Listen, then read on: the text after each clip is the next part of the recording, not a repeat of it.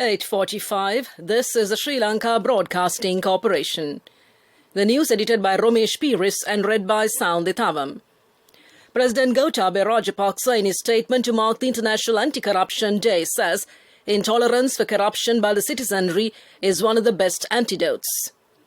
Sri Lanka's COVID-19 recovery is on the increase. Special centres to treat COVID-infected prisoners. The Cabinet approves a programme to increase the number of national schools to 1,000. Navy personnel promoted on the Navy's 70th anniversary. Date set for next year's first parliamentary session. In international news, the Supreme Court rejects bid to overturn Pennsylvania result. And in sports cricket, England confirmed dates for rescheduled Sri Lanka Test tour. President Gotabaya Rajapaksa says the country can combat corruption the best when the citizens have the feel and the inclination to resist this heinous practice. In his statement to mark the International Anti-Corruption Day today, the President said, intolerance for corruption by the citizenry is one of the best antidotes for it. The President further stated that corruption is the greatest obstacle to development, adding that it prevents institutions from achieving their maximum potential and eventually retards the growth of a country, be it in the social or the economic domain. The President added that the citizens of Sri Lanka have vouched their strong support and shown the desire to have an efficient country which is corruption-free when they endorsed his victory with a resounding majority. Another 359 new COVID-19 cases have been identified today, increasing the number of infections confirmed in Sri Lanka to 29,737. The Department of Government Information said 316 cases linked to the Paliagoda cluster and 43 infections from the prisons were identified today. Accordingly, 7,795 persons are being treated for COVID-19 at present, while 584 persons suspected to have contracted the virus remain under medical observation. Earlier today, 542 persons who contracted the novel coronavirus and have recovered were discharged from hospitals, increasing the number of recoveries to 21,800. 142 persons have also died due to COVID-19 in the country. The Commander of the Army, Lieutenant General Shavindra Silva, says the government has decided to establish several special centres in Jaffna, Kandakadu and Gallala to treat COVID-19 cases detected from prisons. The head of the National Operations Centre for the Prevention of COVID-19 outbreak confirmed that the Sri Lanka Army will provide protection to such centres. Several other matters were also discussed during the task force meeting held with the participation of the State Minister of Primary Health Services, Control of Epidemics and COVID-19, Dr. Sudashini Fernando Pulle, and Director General of Health Services, Dr. Asela Gunawardena. Members during the meeting further discussed the possibilities of dispensation of the prolonged isolation process through a new strategy in testing all families living in flats. The Commander of the Army, Lieutenant General Shavindra Silva, also stated that the medical solutions of the indigenous medical sector will be tested and validated through a special committee appointed by the Ministry of Health and Indigenous Medicine. The Commander of the Navy, Vice Admiral Nishanta Ulugetanna, today promoted 1,729 naval personnel from different ratings to their next higher rank to coincide with the 70th anniversary of the Sri Lanka Navy. As part of the anniversary celebrations, a wide range of events are being held in every naval command, giving prominence to time-honoured naval traditions and religious events under the directives and guidance of the Commander of the Navy. On the sidelines of these celebrations, capital ships of the Sri Lanka Navy will be brought to the anchorage off the Goldface Green from the 9th to the 13th of December, with a view to reach the general public with a better awareness of the Navy. A statement said the central theme of this exhibition is Know Your Navy and This is Your Navy. This news broadcast comes to you from the Sri Lanka Broadcasting Corporation. The Secretary-General of Parliament, Dhammika Nasanayake, says the Committee on Parliamentary Business has decided to hold the first sitting of Parliament for the year 2021 on January 5th. However, the committee has decided to meet again later to discuss the matters to be debated in the first sitting of Parliament next year. The Committee on Parliamentary Business convened yesterday, chaired by Speaker Mahindayapa Abeyewardena. Dasanayake also said a decision was made at the meeting to increase the number of members of the Government Finance Committee. Accordingly, the number of members of the committee will increase from 18 to 21, with 1 member from the ruling party and 2 members from the opposition. The National People's Parliamentarian Vijitha Herath, speaking in Parliament during the 2021 budget, says that although the present government came to power to uphold the rule of law and to mete out justice to all, it has not worked towards fulfilling them. Member of Parliament Herath said the public expects fairness in all aspects, including economy and justice. He said although the government claimed it will implement a one country, one law policy, it has not come to fruition. And that concludes this local bulletin of news.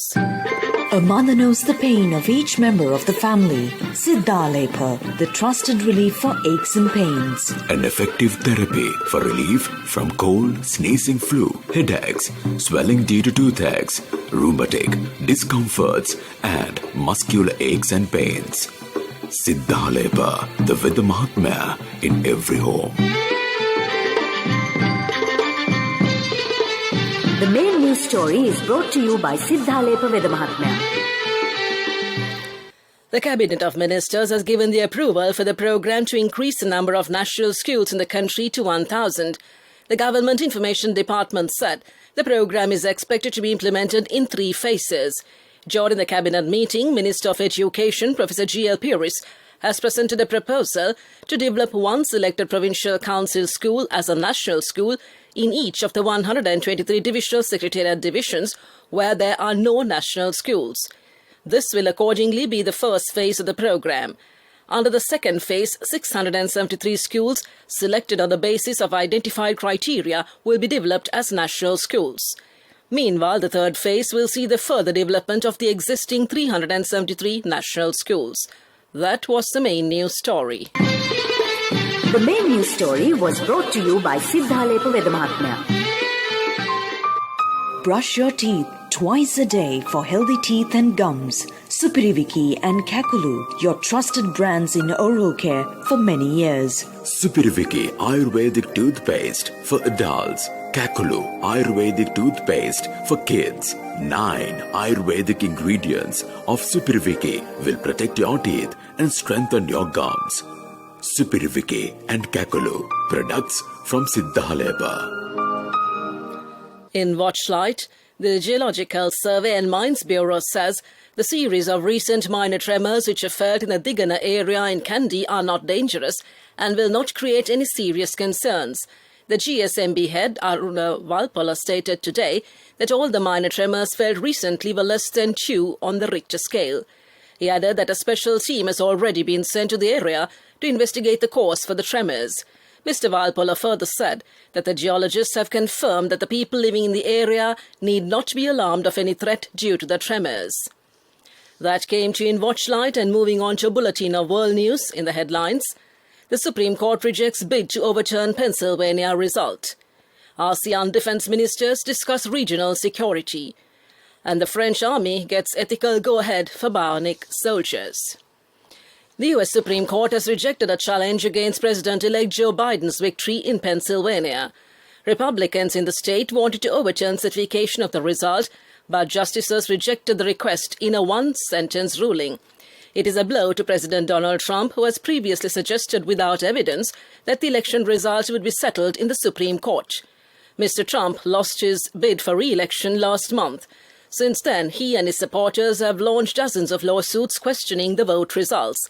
None have come close to overturning Mr. Biden's victory. The defense ministers of the Association of Southeast Asian Nations have ended their first day of virtual meetings to discuss regional security. In a joint declaration, they said they need to avoid actions that could further complicate the regional situation. The discussions focused on the South China Sea, where China has been increasing its presence. The declaration reaffirmed the importance of freedom of navigation in the region, as well as the need to exercise self-restraint in the conduct of activities that could complicate or escalate disputes. A report from a military ethics committee says the French armed forces now have permission to develop augmented soldiers following the report released to the public yesterday considers medical treatments, prosthetics and implants that improve physical, cognitive, perceptive and psychological capacities and could allow for location tracking or connectivity with weapon systems and other soldiers. The committee said that France needs to maintain operational superiority of its armed forces in a challenging strategic context, while respecting the rules governing the military, humanitarian law and the fundamental values of our society. Back to the headlines of the world news. The Supreme Court rejects bid to overturn Pennsylvania result. ASEAN defense ministers discuss regional security. And the French army gets ethical go-ahead for bionic soldiers. That concludes this bulletin of world news. On to development news. Sri Lanka announced on Tuesday the first large-scale Chinese investment in manufacturing in the country, a $300 million tyre factory near a strategic deep-sea port. The factory will be adjacent to the Hambantota port, which was leased to a Chinese company in 2017. The Media Minister Kele Rambukwala told a media briefing in Colombo that Sri Lanka's cabinet approved the setting up of the tyre plant under legislation that allows generous tax concessions. He said Shandong Hua Tyre Company Limited will export at least 80% of production, with the option of selling the rest in the local market. That's development news. Moving on to sports. The LPL 2020. The 16th match of the LPL 2020 tournament between the Jaffna Stallions and the Kandy Tuskers got underway this afternoon at Suryaveva in Hambantota. The Stallions won the toss and elected to bat first. The Tuskers reached a required target of 151 in 19.1 overs, winning the game by 6 wickets. In the second scheduled encounter of the tournament today, the 17th match between the Dambulla Vikings and the Galle Gladiators got underway a short while ago. The Vikings won the toss and elected to field. A short while ago, the Gladiators were 63 runs for 1 wicket after 5.3 overs. Meanwhile, England's cricketers will play 2 tests behind closed doors in Galle in January, following a period of quarantine in Hambantota after the schedule for the rearranged tour of Sri Lanka was confirmed by the ECB yesterday. The English squad will arrive in Sri Lanka on January 2nd on a chartered flight from London to Hambantota, where they will be permitted to train and prepare for 5 days from January 5th to the 9th at the Mahinda Rajapaksa International Cricket Stadium. The first test will take place between January 14th to 18th, with the second test following on January 22nd to the 26th, before the squad departs from Hambantota the following day. That's sports news, and on to business news. The State Minister of Transport, Dilum Amunugama, says permission has been granted to import motorcycles for authorised dealers with certain conditions, such as their mother companies agreeing to establish assembling plants in the country. He said a discussion in connection with this was held recently at the ministry with the participation of all motorcycle importing agents. During the discussion, the State Minister stressed that permission to import would be granted to the manufacturing companies with conditions. They must enter into agreements with the government to establish the assembling plants in Sri Lanka. That's business news. Economic news up next. Economic news, courtesy of... Congratulations on your promotion. It will be our treat, huh? How about today? Oh no, I was just joking. It's fine. I have my LOLC credit card with me. Let's go out today. Introducing LOLC Finance Credit Cards. Fuel the goodness in you. The main index of the Colombo Stock Exchange, the All Share Price Index, crossed the 6,600-point mark today. The ASPI surged 41.09 points or 0.63% to close at 6,605.09. The day's trading recorded a turnover of 5.29 billion rupees. Here, Brown's Investments PLC with 1.57 billion rupees made the highest contribution to the daily turnover. In addition, Hema's Holdings, Softlogic Life, John Keel's Holdings, LOLC Holdings made significant contributions to the turnover. That's economic news. Hello, Puta. Did you land already? No, Amma. We're in transit and our flight got delayed.